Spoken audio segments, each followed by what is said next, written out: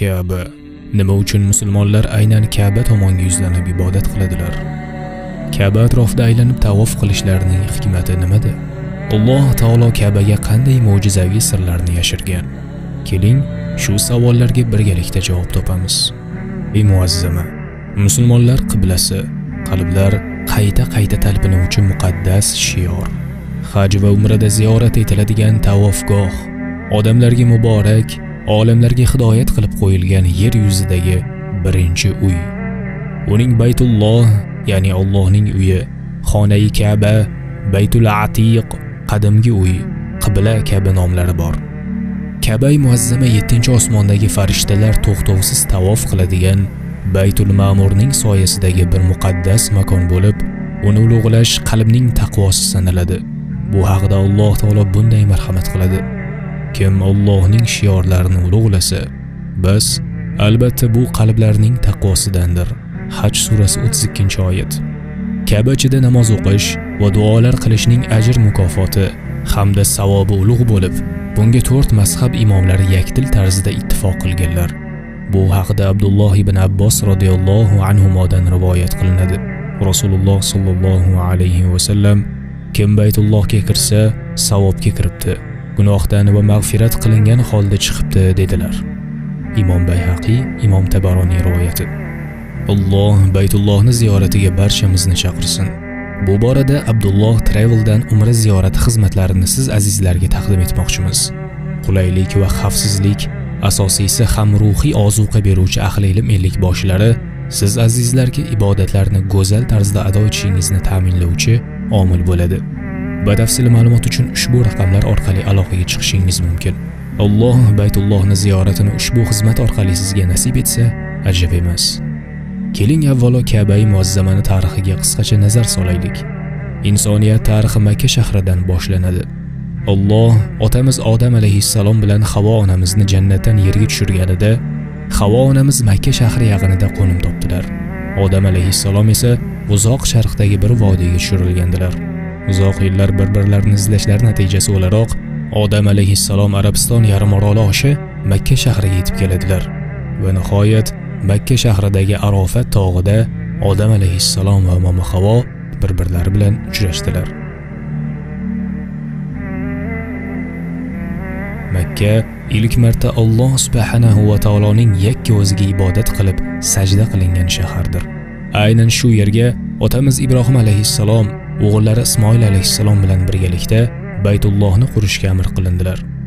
Alloh taolo buning sharafiga osmonda ham xuddi shunday farishtalar tavof qiladigan Baytul Ma'murni barpo etdi. Rivoyatlarda kelishicha, har kuni uni tavof qilish uchun 70 ming farishta hozir bo'lar ekan. Bir bora tavof qilib chiqqan farishta u yerga boshqa qaytib kira olmaydi. Ibrohim va Ismoil alayhissalomlar Ka'bani bunyod etib bo'lganlaridan so'ng birgina tosh o'rni qolib ketgani ma'lum bo'ladi. Aynan shu o'ringa mos tosh topib kelish uchun Ibrohim alayhissalom o'g'illari Ismoilga aytadilar. Lekin Alloh subhanahu va taolo Baytullohning so'nggi toshi yer jinsidan emas, balki toshni jannatning yuragidan bo'lishini iroda etdi. Shundan so'ng Jabroil alayhissalom Ibrohim alayhissalomga bu toshni olib tushdilar va aynan o'sha qolib ketgan mos o'ringa bu tosh qo'yildi. Tosh yerga nozil bo'lgan paytlarda oppoq bo'lib, undan nur taralib turardi. Shu sabab u Hajarul Abyad, ya'ni oppoq tosh deyilardi. Keyinchalik odamlarning nopok ishlari, gunohlari sababli tosh asta-sekinlik bilan qorayishni boshlaydi. Shundan so'ng Hajarul Aswad, ya'ni qora tosh nomini oladi. Vaqt o'tgan sari bu yerda shahar vujudga kela boshladi. Makka ahli sof tavhid e'tiqodida bo'ldilar. Alloh taolo Qur'oni Karimda shunday marhamat qiladi: albatta, odamlar uchun qo'yilgan birinchi uy Bakkadagi muborak va olamlarga hidoyat qilingan uydir. Unda ochiq alomatlar, maqomi Ibrohim bor. Kim unga kirsa, omonda bo'ladi. Oli Imron surasi 96-97-oyatlar. Ushbu ikki oyatda Alloh taolo Baytullohning fazlini, qibla bo'lishga eng haqli joy shu yer ekanligini, namoz vaqtida u tomonga yuzlanishdan tashqari imkon topganlar uni haj qilishi ham farz bo'lganligini marhamat qilmoqda. Bakka, Makka-i Mukarramaning ismlaridan biri. Bakkadagi uy Baytullohdir. Odamlarga ibodat uchun, butun olamlarning hidoyati uchun qurilgan birinchi uy Baytullohdir. Undan avval bunday uy qurilmagan. Bu uy muborak bo'lib, uni kim haj yoki umra qilsa, ko'plab yaxshilik va manfaatlar topadi. Unda ochiq alomatlar, ya'ni Baytullohning o'zida boshqalardan ustunligiga ochiq-oydin alomatlar bor. Maqomi Ibrohim bor. Ulamolarimizning fikrlaricha, maqomi Ibrohim deb Ibrohim alayhissalom Baytullohni qurayotganlarida ustida turgan toshga aytiladi. U toshga u zotning oyoq izlari tushib qolgan. Hozirgi kunda u shisha g'ilof ichiga olinib, yerdan ma'lum miqdor ko'tarib qo'yilgan. Kim unga kirsa, omonda bo'ladi. Bunday fazilat dunyodagi hech bir joyda yo'q. Ibrohim alayhissalom bu baytni Allohning amri va o'g'illari Ismoilning yordami bilan qurganlaridan buyon har bir xavf-xatardagi odam uchun tinchlik, omonlik maskani bo'lib kelmoqda. Haram-i sharifda nafaqat odamga, balki hayvonot va nabotot olamiga ham ozor berilmaydi. Yana ma'lumot tariqasida aytib o'tish kerakki, payg'ambarimiz sollallohu alayhi va sallam o'zlari hijrat qilgan shahar Madina-i Munawvarani ham haram qilganlar. Imom Buxoriy va Imom Muslim Ibod ibn Tamim radhiyallohu anhu dan rivoyat qilgan hadisda payg'ambarimiz sollallohu alayhi va sallam Ibrohim Makkani haram qildi va uning haqida duo qildi. Ibrohim Makkani haram qilganidek, men Madinani haram qilaman deganlar. Ki haramdagi hukmlar ham bir xil. Abdulloh ibn Adi ibn Hamro radhiyallohu anhu dan rivoyat qilinadi. Rasululloh sollallohu alayhi va sallamning Hazvarada, ya'ni Makkadagi bir joyda turib, Allohga qasamki, albatta sen Allohning eng yaxshi yerisan va Allohning o'ziga eng mahbub yerisan. Agar men sendan chiqarilmaganimda chiqmasdim deganlarni eshitdim. Bu hadis sharifdan Makka-i Mukarramaning fazli qanchalar ulug' ekanligini yana bir bor bilib olamiz. Payg'ambarimiz sollallohu alayhi va sallam bu muqaddas shaharning fazlini Alloh taologa qasam ichish bilan ta'kidlamoqdalar. Buning ustiga u zot Makka-i Mukarramaga nisbatan bo'lgan muhabbatlarini ham eng go'zal iboralar bilan izhor etmoqdalar. Demak, Makka-i Mukarrama eng avval Alloh taolo uchun, qolaversa payg'ambarimiz sollallohu alayhi va sallam uchun ham eng mahbub yer. Payg'ambar sollallohu alayhi va sallamning Makka-i Mukarramadan chiqish istaklari mutlaqo bo'lmasa ham, u yerning ahli u zotni chiqishga majbur qilganlari uchungina chiqqanlar. Mana shularning barchasi Makka-i Mukarramaning fazli qanchalar ulug' ekanligiga yorqin dalildir. Abdulaziz ibn Abu Ruvod aytadi: bir guruh hojilar Ka'baga kirib kelishdi. Ularning orasida bir ayol ham bor edi. U tinmay, "Robbimning bayti qayerda? Robbimning bayti qayerda?" der. Yonidagilar "Hozir ko'rasan" deyishardi. Nihoyat Baytulloh ko'rinishi bilan "Mana Robbingning bayti ko'ryapsanmi?" deyishdi. Ayol Baytullohning yoniga borib, "Robbimning bayti, Robbimning bayti" deya peshonasini unga qo'ydi va shu holatda joni uzildi. Ka'bani tavof qilish haj yoki umra ibodati doirasida musulmonlar uchun muqaddas hisoblangan joyni aylanishdir. Ushbu ibodat soat milliga nisbatan teskari amalga oshiriladi. Nima uchun? Quyida keltirilgan ayrim ilmiy faktlar bu savolning javobini izlashga yordam beradi. Odam tanasidagi qon soat millariga teskari ravishda aylanadi. Atom elektronlari tavof kabi yadroning atrofida soat milliga nisbatan teskari aylanadi. Oy o'z o'qida soat millariga nisbatan teskari aylanadi. Yer o'z o'qida soat millariga nisbatan teskari aylanadi. Yer quyosh atrofida soat millariga nisbatan teskari aylanadi. Quyosh tizimidagi sayyoralar soat millariga nisbatan teskari aylanadi. Quyoshning o'zi ham tizimi bilan birga galaktikadagi orbitasida soat millariga teskari aylanadi. Kosmosdagi barcha galaktikalar soat millariga teskari aylanadi. Bundan kelib chiqadiki, biz Ka'bani tavof qilayotganimizda butun borliq kabi harakat qilamiz.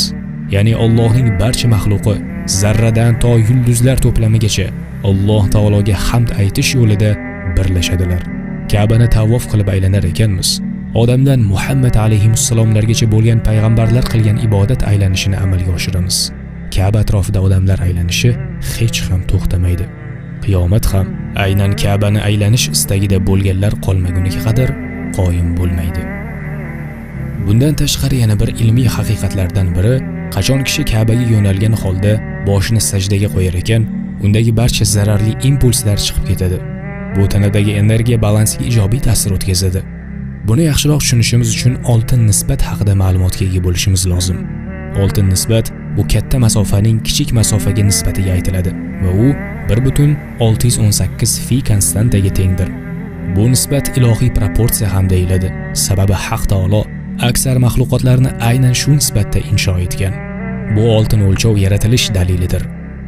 Ushbu nisbatni yer xaritasiga qo'llaydigan bo'lsak, yerning oltin markazi Makka shahriga to'g'ri kelishiga guvoh bo'lamiz.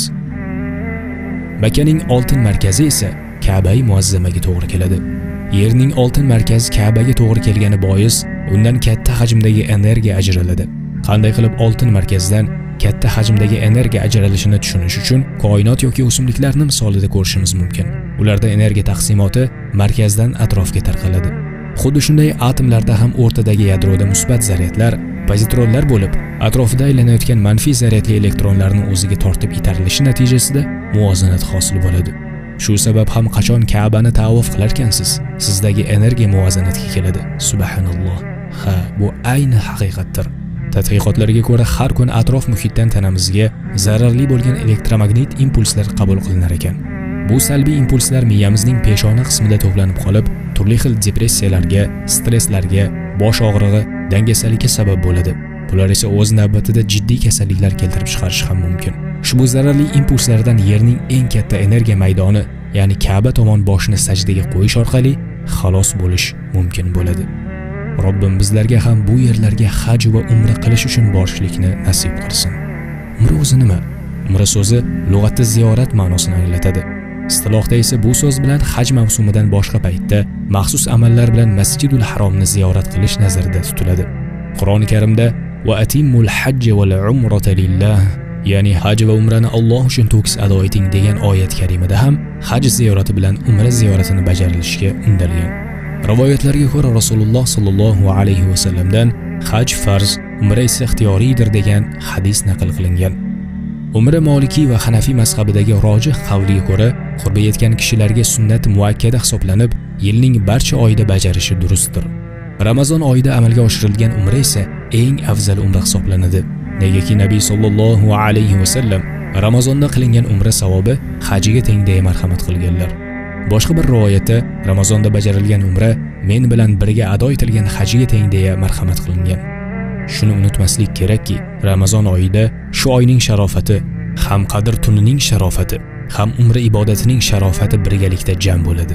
Buning ustiga yuqoridagi hadislar mazmuniga binoan Ramazon oyidagi umraning savobi haj savobiga teng bo'lishdan tashqari, Rasululloh sallallohu alayhi va sallam bilan birgalikda haj qilgandek savobga ega bo'lishi aytildi. Agar siz ham